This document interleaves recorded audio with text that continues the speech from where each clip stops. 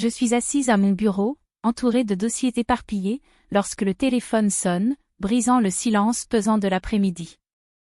Je décroche, et une voix tremblante se fait entendre, c'est celle d'Antoine Lefebvre, un pasteur qui semble au bord de la panique. Laura. C'est Antoine. J'ai besoin de votre aide, je soupçonne mes leaders d'église de me trahir. Je peux entendre le tremblement dans sa voix, une détresse palpable. Calmez-vous, Antoine. Parlez-moi de ce qui se passe. Il prend une profonde inspiration, et je sens son hésitation. Il y a des incohérences dans les finances de l'Église. J'ai remarqué des choses étranges, des fonds qui disparaissent, et mes conseillers, ils agissent comme si tout allait bien. Je me redresse dans ma chaise, intriguée. Avez-vous des preuves? Non, pas encore, mais je le sens. Je ne peux pas leur faire confiance, et ça me ronge de l'intérieur. Je lui propose de le rencontrer. L'idée de plonger dans ce mystère me titille. La trahison, surtout quand elle est cachée sous le masque de la foi, est un terrain que je connais bien. Nous fixons un rendez-vous dans un café tranquille à proximité de son église. Quand j'arrive, Antoine m'attend, visiblement nerveux. Ses yeux sont cernés, et il joue avec sa croix en argent. Merci d'être venu, dit-il avec un soupir de soulagement. Je me sens acculé. Que voulez-vous que je fasse, lui demande-je. Je veux que vous enquêtiez. Je suis sûr qu'il se passe quelque chose de sordide. Antoine commence à me parler des finances de l'Église, m'expliquant comment chaque mois, des sommes considérables disparaissent sans explication. J'ai toujours cru en la transparence, mais maintenant, je doute de tout. Je note chaque mot. L'angoisse dans sa voix est contagieuse. Je vais m'occuper de cela, Antoine. Je vais vous aider à découvrir la vérité. Après notre discussion, je me rends à l'église pour observer. Le service dominical est en cours, et je me glisse discrètement dans l'assemblée. Je scrute les interactions entre les leaders, notant les regards furtifs et les murmures. L'atmosphère est tendue, chargée d'une énergie que je ne peux ignorer. Les apparences peuvent être trompeuses, et je le sais bien. Que faites-vous ici? Me demande une voix derrière moi. Je me retourne pour voir un des leaders, un homme au charisme indéniable mais dont le sourire ne me rassure pas. Juste une visite, réponds-je avec un sourire poli. Mais au fond de moi, je sens que ce n'est que le début d'une enquête qui pourrait bien bouleverser bien des vies. Je me tenais dans l'ombre d'une ruelle, mon cœur battant au rythme de mes pensées. Les membres de l'église sortaient peu à peu, murmurant des mots que je peinais à saisir. Je m'approchai d'un groupe de fidèles, leurs visages marqués par l'inquiétude. Vous avez entendu parler des finances, lança l'un d'eux, la voix basse. Je me faufilai plus près. Oui, j'ai entendu dire que le pasteur Lefebvre avait des doutes, répondit une femme, ses mains tremblantes serrant son sac à main. Mais qui pourrait vouloir lui faire du mal? Je pris une inspiration, décidant d'intervenir. Excusez-moi, je suis Laura Lopez, détective privée. Je mène une enquête sur l'église. Que savez-vous des problèmes financiers? Les membres se regardèrent, visiblement méfiants. L'homme qui avait parlé en premier fit un pas en avant. Écoutez, nous avons tous remarqué des choses étranges. Des fonds qui disparaissent, des projets avortés, mais nous n'osons pas en parler ouvertement. Je l'ai poussé à en dire plus. Pensez-vous qu'il y ait un complot? Je ne sais pas, mais les leaders, ils semblent changer, murmura une autre femme, les yeux baissés. Ils parlent souvent en privé, et on sent que quelque chose se trame. Ces mots résonnaient en moi. Je devais en savoir plus.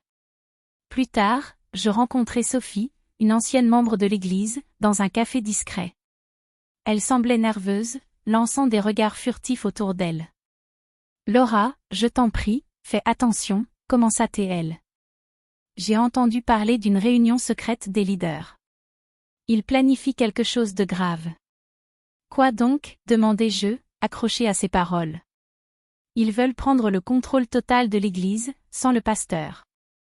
Je pense qu'ils le manipulent, dit-elle, sa voix tremblante. Mon instinct me disait que je devais assister à cette réunion. J'attendis la nuit, me glissant dans l'église, caché dans l'ombre des bancs. Les murmures retentirent alors que les leaders se rassemblaient. Mon cœur s'emballa lorsque j'entendis des mots comme « détournement » et « stratégie ». Il ne se doutait pas que la vérité, si précieuse, était à portée de main, prête à être révélée. Je me tenais là, dans le petit bureau d'Antoine, une lumière tamisée filtrant à travers les rideaux. Le poids de ma découverte pesait lourdement sur mes épaules. « Antoine, je crois que j'ai trouvé quelque chose », commençai-je, la voix tremblante. Ses yeux s'illuminèrent d'espoir, mais je pouvais aussi y lire une lueur de méfiance. « Qu'est-ce que tu veux dire, Laura ?» demanda-t-il, son ton trahissant une anxiété palpable. J'hésitai un instant, cherchant les mots justes. J'ai assisté à une réunion secrète. Les leaders de l'Église, Marc en particulier, parlent de planifier votre renversement. Ils parlent de détournement de fonds, Antoine. Il secoua la tête, comme si mes mots étaient des flèches visant son cœur. Non, ça ne peut pas être vrai. Ils sont mes amis, ma famille. Pourquoi ferait-il cela? Parce que le pouvoir et l'argent changent les gens, rétorquai-je, la colère montant en moi. Vous devez ouvrir les yeux. Antoine baissa les yeux, luttant avec ses émotions. Je ne peux pas croire que mes amis me trahiraient. Ils ont toujours été là pour moi. Et si c'était un acte de trahison déguisé en amitié, insinue-je. Parfois, ceux qui sont les plus proches de nous sont ceux qui nous blessent le plus. Il releva la tête, les yeux pleins de larmes. Que dois-je faire, Laura? Nous devons en savoir plus. Je vais chez Marc. Peut-être qu'il a quelque chose qui peut nous aider à prouver ce qu'il planifie. L'idée de fouiller chez Marc me rendait nerveuse, mais je savais que c'était nécessaire. Je vais chercher des preuves, quelque chose qui pourrait te protéger. Fais attention, s'il te plaît, murmura-t-il, l'inquiétude se lisant sur son visage. Je hochai la tête, déterminé. Je reviendrai rapidement. En sortant, je sentis la tension dans l'air, un mélange d'adrénaline et de peur. Chaque pas me rapprochait de la vérité, mais je savais que le danger était partout. Après une courte route, j'arrivai devant la maison de Marc. Mon cœur battait la chamade alors que je me glissais à l'intérieur, profitant de l'absence apparente du leader. Le bureau de Marc était dans un désordre contrôlé, des papiers éparpillés sur le bureau. Je commençai à fouiller, chaque document me semblant suspect. Puis, au fond d'un tiroir, je trouvai des documents qui firent battre mon cœur encore plus fort. « Qu'est-ce que c'est » murmurai-je, les yeux écarquillés. Des plans, des montants d'argent, des noms, tout prouvait une conspiration contre Antoine. Mes mains tremblaient, mais j'étais résolue. Il était temps de faire éclater la vérité. Je me tenais là, dans le bureau d'Antoine, les preuves serrées dans ma main, le cœur battant la chamade. La lumière du soleil filtrait à travers les rideaux, projetant des ombres qui dansaient sur le sol en bois. Antoine était assis, le regard perdu, son front plissé par l'angoisse. Je pouvais presque sentir la tension palpable entre nous, comme un fil tendu prêt à se rompre. « Antoine, regarde ces documents » dis-je, ma voix plus ferme que je ne me sentais. Je lui tendis les papiers, mes mains légèrement tremblantes. Ils révèlent tout. Tes amis, tes leaders. Ils complotent contre toi. Il prit les feuilles, ses doigts effleurant les mots comme s'ils étaient une page de son propre calvaire. « Non, Laura, cela ne peut pas être vrai » murmura-t-il, secouant la tête. « Ces hommes. Ils sont ma famille. Comment pourrais-je croire qu'ils me trahissent? Regarde les chiffres, Antoine. Les fonds sont détournés, et ils parlent de te renverser. » Je fis une pause, le regardant droit dans les yeux. « Si tu ne fais rien, tu perds non seulement ton ministère, mais aussi la confiance de ceux qui te suivent. » Il resta silencieux, ses yeux errant sur le mur, comme s'il cherchait la réponse entre les fissures de la peinture. « Mais, et la congrégation? Si je dévoile cela, cela va détruire tout ce que j'ai construit. » Parfois, la vérité fait mal, mais c'est la seule voie vers la guérison, répondis-je doucement, prenant soin de ne pas le brusquer. Tes fidèles méritent de connaître la vérité. Ils ont le droit de savoir qui ils soutiennent. Antoine leva les yeux vers moi, un mélange de peur et de détermination dans son regard. Et que devrais-je faire maintenant? Je pris une profonde inspiration, réalisant que le moment que j'avais redouté approchait. Je pense que tu devrais tout révéler lors du prochain service. Donne-leur la chance de décider, de choisir leur voie. Et si je perdais tout, demanda-t-il, sa voix tremblante. Si tu perds tout, peut-être que tu pourras reconstruire quelque chose de plus fort, dis-je, ma voix pleine de conviction. La loyauté se trouve parfois là où on s'y attend le moins. Il resta immobile un moment, puis finit par acquiescer lentement, comme s'il acceptait enfin l'inévitable. D'accord, je vais le faire. Mais je ne sais pas si je suis prêt. Personne n'est jamais vraiment prêt, Antoine. Mais tu as la force en toi. Je lui offris un sourire encourageant, bien que je sentisse l'angoisse m'envahir à nouveau. Ce que nous allions faire allait changer sa vie, et celle de tant d'autres. Je me tenais derrière les bancs de l'église, le cœur battant la chamade. Aujourd'hui, c'était le jour où toute la vérité allait éclater. J'avais passé des jours à rassembler les preuves, à observer, à écouter, et maintenant, le moment était enfin arrivé. Le service dominical était sur le point de commencer, et l'atmosphère était chargée de tension. Les fidèles prenaient place, discutant à voix basse, inconscients du tumulte qui allait se produire. Antoine était nerveux. Je pouvais le voir, ses mains tremblaient légèrement alors qu'il scrutait l'assemblée. Il avait accepté de parler, mais je savais qu'il avait encore des doutes. Je m'approchai de lui, lui murmurant, « Tu es prêt ? Rappelle-toi que la vérité doit être entendue. » Il hocha la tête, mais son regard trahissait une profonde inquiétude. « Et si ça ne se passait pas comme prévu ?» demanda-t-il, sa voix presque un souffle. « Nous devons leur donner une chance de choisir, Antoine. C'est leur église aussi. » Soudain, Luc, l'un des leaders, se leva brusquement.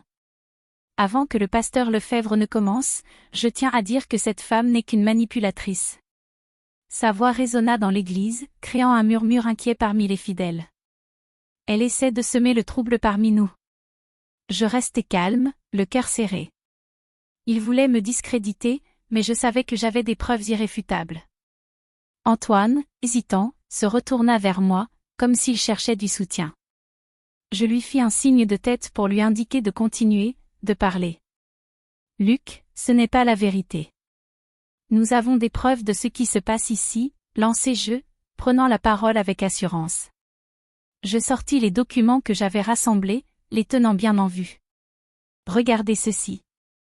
Les murmures s'intensifièrent alors que je commençais à exposer les faits. Voici les relevés financiers, les preuves de détournement. Vous avez le droit de savoir ce qui se passe dans cette église. Les visages se tournaient vers moi, des expressions d'incrédulité et de choc apparaissant lentement. C'est faux, s'écria Luc, mais sa voix était de moins en moins assurée. Je continuai, déterminé à ne pas laisser la peur m'envahir. Les fidèles commençaient à murmurer entre eux, et je pouvais sentir que quelque chose changeait dans l'air. La vérité était là, exposée devant eux, et elle ne pouvait plus être ignorée. Le chaos s'était installé rapidement dans l'église. Les murmures se transformaient en cris, et je pouvais sentir la tension palpiter dans l'air. Les membres de la congrégation, jusqu'alors silencieux, commençaient à se retourner contre leur leader. Je me tenais à l'arrière de la salle, observant avec un mélange de satisfaction et d'appréhension. Antoine, visiblement déstabilisé, tentait de rassembler ses pensées au milieu de cette tourmente. « Comment avons-nous pu être si aveugles ?» murmura une femme à ma droite, les larmes aux yeux. « Ils nous ont menti tout ce temps. » Je tournai la tête vers elle, reconnaissant la désillusion dans ses yeux. « La vérité est souvent difficile à accepter, mais elle est nécessaire, » dis-je d'une voix calme, essayant de lui apporter un peu de réconfort. À ce moment-là, Marc, le leader principal, tenta de prendre la parole, mais le tumulte l'interrompit. « Silence !» cria-t-il, mais sa voix n'était plus celle d'un homme en position de force. Je le voyais, à la fois en colère et terrifié, cherchant désespérément une échappatoire. Soudain, des sirènes se firent entendre à l'extérieur. Des membres de l'église, visiblement en colère, avaient alerté la police. Je vis Marc blêmir. « Non, non, ce n'est pas possible !» s'exclama-t-il en essayant de se frayer un chemin vers la sortie. Mais la porte était bloquée par plusieurs fidèles déterminés à le retenir. « Vous ne pouvez pas fuir la vérité, Marc !» cria Antoine, la voix forte et résolue. « Vous avez trahi notre confiance et notre foi. La police entra rapidement, et je vis un agent s'approcher de Marc, qui semblait maintenant comme un animal pris au piège. « Vous êtes en état d'arrestation », déclara l'agent, tandis que Marc, dépourvu de toute dignité, était menotté. Antoine se leva alors, son regard ardent et déterminé. « Cette trahison n'est pas la fin, mais un nouveau départ pour notre ministère, annonça-t-il, sa voix résonnant dans la salle. Ensemble, nous reconstruirons ce que ces hommes ont tenté de détruire. » Je ressentais une profonde satisfaction en voyant Antoine reprendre le contrôle. Mon travail ici était terminé, mais je savais que pour lui, c'était seulement le début d'un chemin vers la rédemption. Je me retirai discrètement, laissant derrière moi une congrégation qui, bien que blessée, avait désormais l'opportunité de renaître, plus forte que jamais.